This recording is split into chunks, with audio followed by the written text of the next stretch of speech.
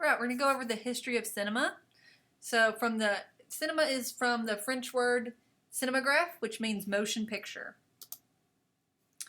In the 17th and 18th century, they used lantern slides. Lantern slides were like these little negatives that you put in front of a lantern or a light, and they were projected onto a wall. So this guy's going to show you a couple of his lantern slides. He's really, really interested in them.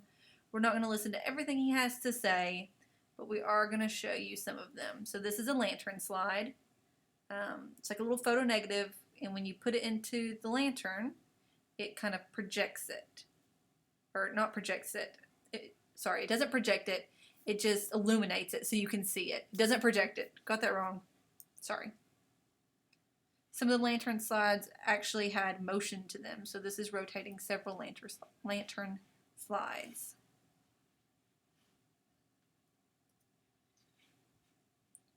In the 19th century, we saw a vast prolific of visual forms of pop culture. And then the industrial era was there with books and photographs as well as illustrated fiction. The middle class or working like to visit circuses, amusement parks, music halls, theaters. They also, for entertainment, looked at dioramas and stereoscopes. We're going to talk a little bit about what a diorama and a stereoscope are.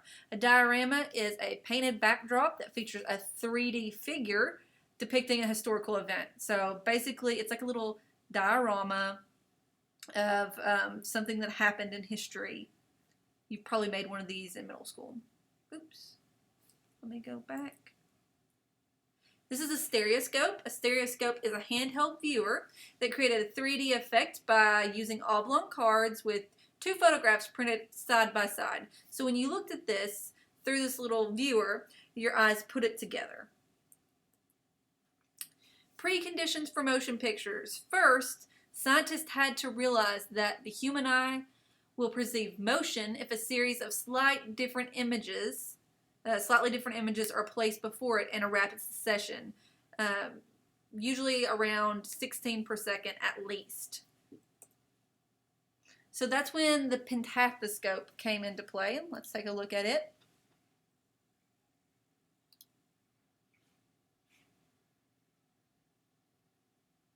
So you can see here, there's a reel, and each image is slightly different on that reel. This is a circular card. And you look through a little tiny slot, and when the slot is spun, you see motion. Or when the wheel is spun, you see motion. All right. So that came about in 1832. 1833, the zoetrope, I'm probably pronouncing these wrong because these are foreign words, was invented.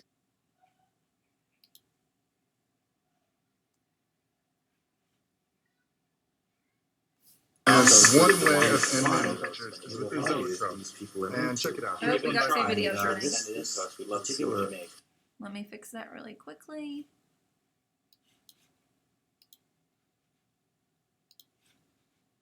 Oh, they're here. There we go. All right. Let me rewind this one so you can hear what this guy's saying. Glass actually sandwiched together, and this is actually by the same company that makes this. And one way of animating pictures is with the zoetrope. And check it out. Here's one right here, and it's got a little thing that makes it turn, and then there's a little, probably cardboard thing with little slots, and inside you can see there are pictures. And when we have it spin, you can see that the pictures are moving around. And it doesn't really look like much until you look through the little slots. And then now we've got a bunch of birds flying.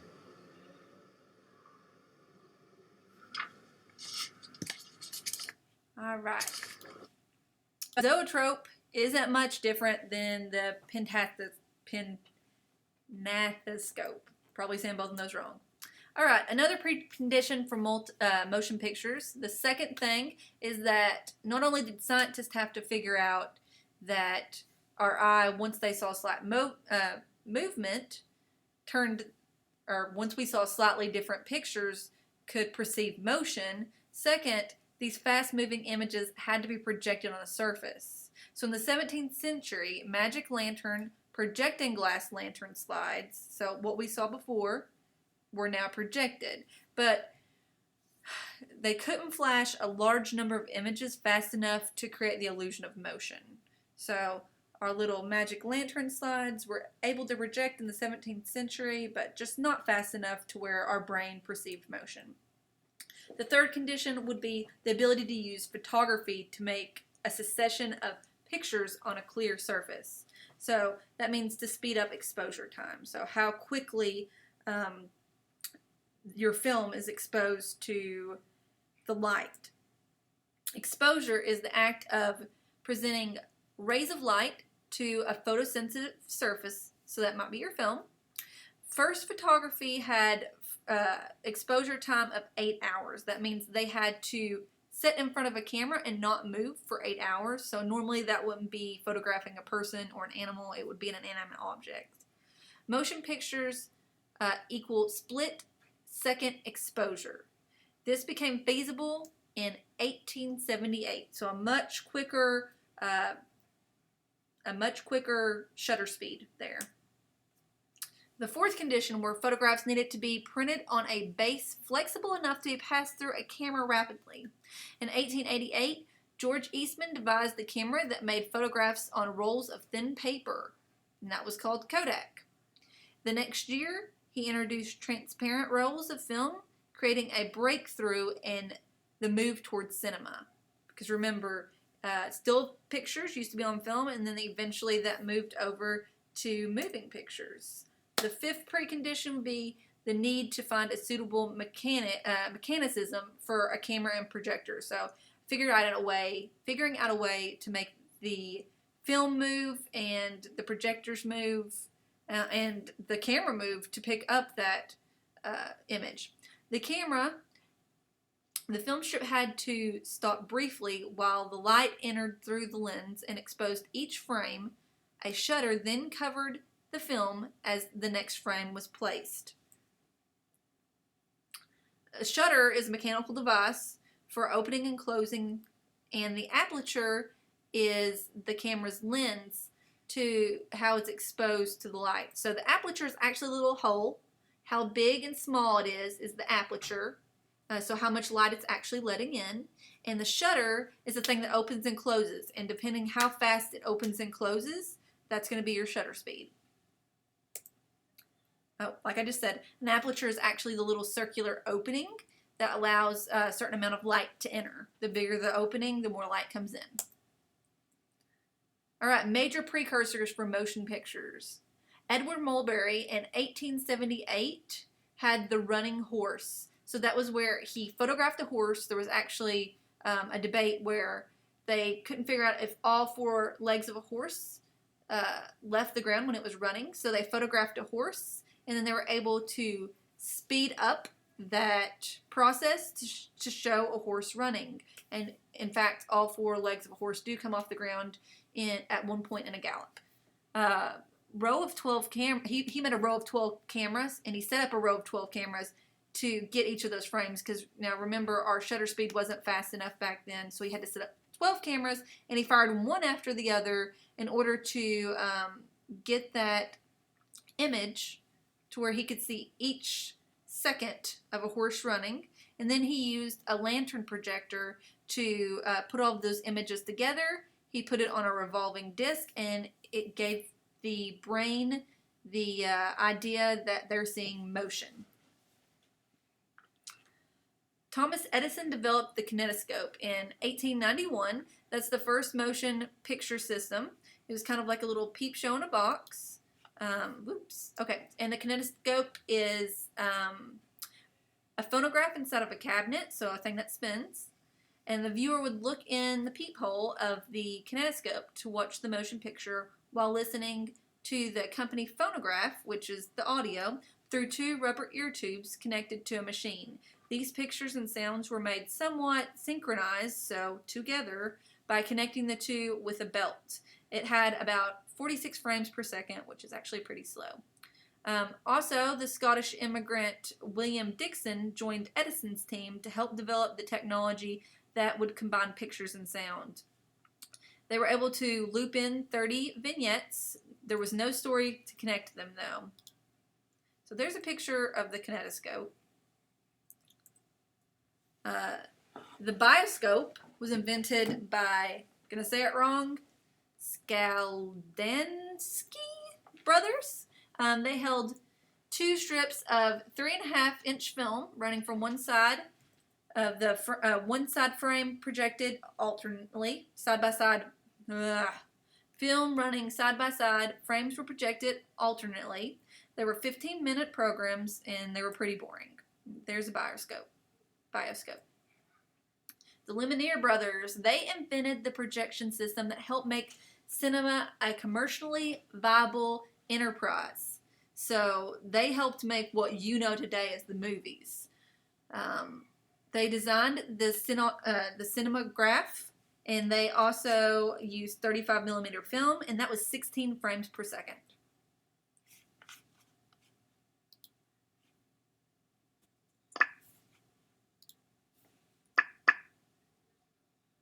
This is their first film.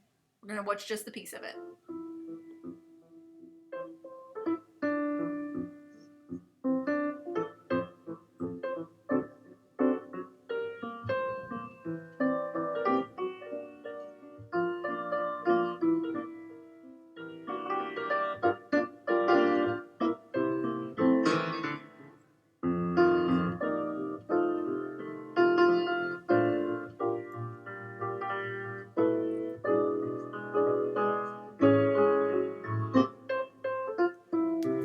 So you can see much different than Americans made several developments. Edison's kinetoscope evolved into the vitascope, which is means life scope. Let me go back. And that was developed in October of 1895. Here's an example of, maybe not. The inventor Thomas Arment created the vitascope, and Edison just manufactured it. A lot of times when they say Edison made something, there was usually somebody under him developing it, and then he got to take credit for it, which was pretty awesome for him. Kind of stunk for Thomas over here. In 1894, the American Motoscope Company developed the 70mm film that yielded larger, sharper images. In 1897, 2 means of film exhibits were the peep show device for individual viewing and the projection system for audiences.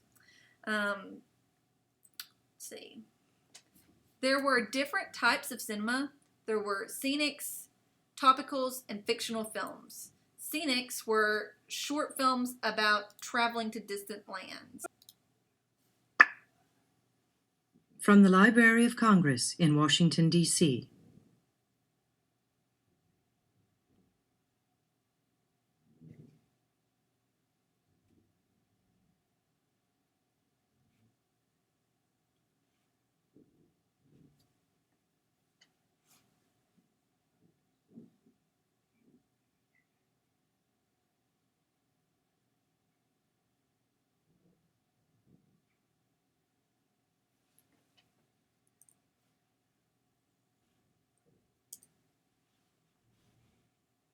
All right. So topicals, that was usually about a news event or a recreation of something that happened in the past. So let's watch one. Well, we're not going to watch a piece of that.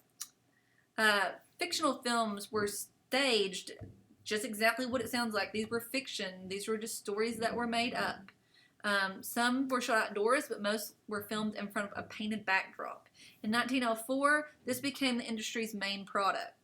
Cameras were set up in one position, and action unfolded in one continuous take. So there weren't different shots like we do today. It was just probably a medium to wide shot, and that was it. They just did a play in front of the camera. No credits or music were there in those. American developments. In 1905, admission to the Nickelodeon, which was a movie theater then, not a TV channel, was 5 cents to 10 cents for a 15 to 60 minute production. Pretty much a lot different than today. Cost $7 to $10 to go to movies today. Audiences sat on wooden benches or wooden seats. Front display or hand-painted signs were there. Actors stood behind screens and spoke dialogue into the synchronization with the action. So the dialogue wasn't recorded. There were voice actors behind the scene actually saying the dialogue or the words. Sound effects were made with noisemakers behind the scene as well. Warner Brothers, Universal, Paramount, MGM all got their start as Nickelodeon exhibitors. So there's what a Nickelodeon movie theater looked like. American cinema pre-World War I. Industry professionals focused on swiftly expanding the demand for film in America. Nickelodeon theaters were clustered in business districts and working class neighborhoods. So this is, exactly what the average American wanted to see. They wanted to go to the movies. So that's where they placed the theaters. In 1908, Nickelodeons were the main focus of exhibits. Most films came from abroad, so overseas. Studio systems were born from the Nickelodeon boom. Edison's company versus American's Motoscope and Biograph. There were conflicts over the camera patent, so there was a lot of arguments over that. Two companies basically said that they created the camera. So two companies decided to cooperate and create motion picture patent company that was owned and charged. They charged a licensing fee on key existing patents. An invention or a patent, if you don't know what a patent is basically an invention or a process is protected by this right. So if I design the three-wheeled roller skate, then I'll patent that and nobody else can produce that without my permission and paying me. Production. Production is the whole creative process involved in making a short film. So you'll hear me use that a lot. That's where you shoot the footage, you design the costumes, you design the set, you direct it, you edit it, you do all the sound. Distribution is the process of selling or marketing the film. And exhibition is the process of showing the film in theaters, so the exhibitors. American cinema pre-World War I, the independents fought back. 6,000 theaters, oops. I skipped a slide. When a small number of firms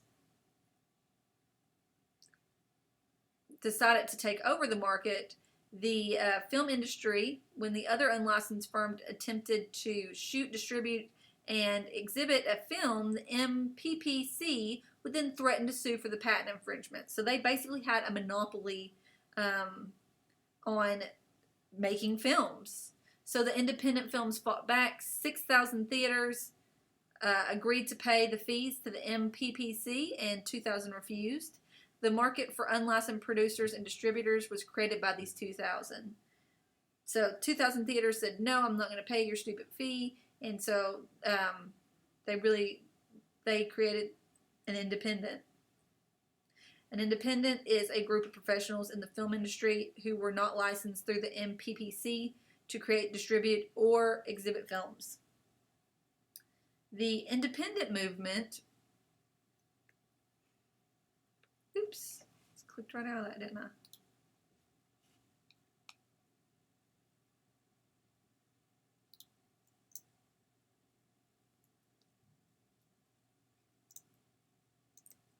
All right, we're right here. The independent movement, the Independent Motion Picture Company was a New York motion picture company. These companies could rent films from European companies that the MPPC had shut out. To avoid patent infringement suits, they claimed to be using cameras that employed different mechanisms than the one Edison had patented. The MPPC retaliated and created a General Film Company in 1910 in an attempt to monopolize the distribution aspect of filmmaking. GFC released all films made by MPPC producers. MPP also hired detectives to investigate the independent claims in regards to the mechanics. MPPC lost a key suit where IMP, that's the independents, claimed to be using different mechanisms after the investigation. The court ruled that the particular mechanisms had been anticipated in earlier patents, therefore there was no violation. This freed all of the independents from their fear of infringement lawsuits. So they kind of shot themselves in the foot there by starting that investigation, because the court ruled that there was anticipation in earlier patents. After that key loss, MPPC suffered and many independents began to band together.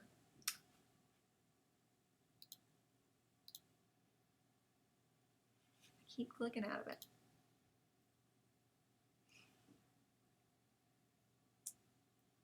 It was during this time that the feature-length film was established, and that's the length of a movie that you know today, and it was the birth of the Hollywood studio system.